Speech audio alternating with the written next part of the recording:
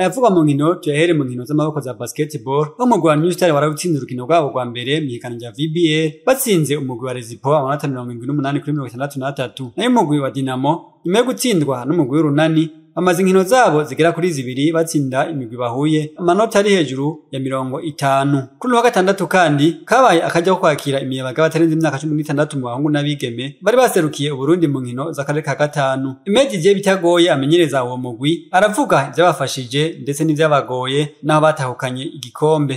Moto y'ikintu ca mbere umenya nuko twiteguye imisi mike. Mugabo twateguye ikintu kimwe. Twateguye defense de zone. Defense de zone bita 2-1. Nguvuga iyo defense de zone niyo yadufashije gukenyura amakipe yose kubera twarugara tugafashanya hama turonse umupira tugasha tunyaruka tubagira ama contre attaque.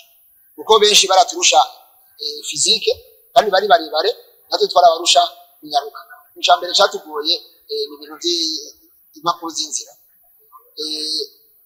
Zarondewe imisi kiragenda bire byaranatumye entraînement indwi twari twaprogramye twagizemo zine ikindi cyakabiri cyatugoye na entraînement makeyi kubera twatanguye kwitegura n'ubundi imisi sa niri kiragenda. Nayo kubwaza Karinze Imana yararongoye umugabo herekeje abo bakinyi yavuze ko ishirahamwe ry'umupira w'amaboko muri Afrika ryagize ivyo ryemera kuzabafasha. FIBA yacitwemerera ibintu byiza byinshi yatwemerera yuko abo bana bazoja dutwaye qualifié turi muri Afro Basket muri Octobre muri Egypte hanyuma natubwira yuko FIBA iratubwira yuko kubandanya mu Burundi dushigikira ibikorwa bya FIBA tugashoboka cyane tugateza imbere umukino wa basketball. Bavuze ko ama equipe abiri deuxième na troisième senior mu bahungu zizogenda izanzibare gukina ico bitanga ha Ligue des Champions. Abaragenda ro tubara imwe uwazogenda zitatu hanze.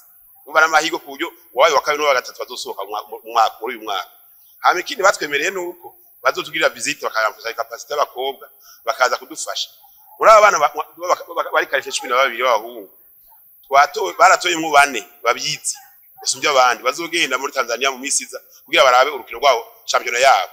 Bafate en charge totalement. Umupira w'amaguru Kuno w'Imana niho higanwa rya Zoe Academy ryarangira ikombe gitahukanye umugwi Young City Academy utsinze amapenalty 6-5 umugwi Nderagakura Academy. Eroje niho imbere yatonganije izo nkino avuga ko icifuzo ciwe ari ukujyo higanwa ryo bamuza makungu. Ino tuntu wabushaka kwigira international.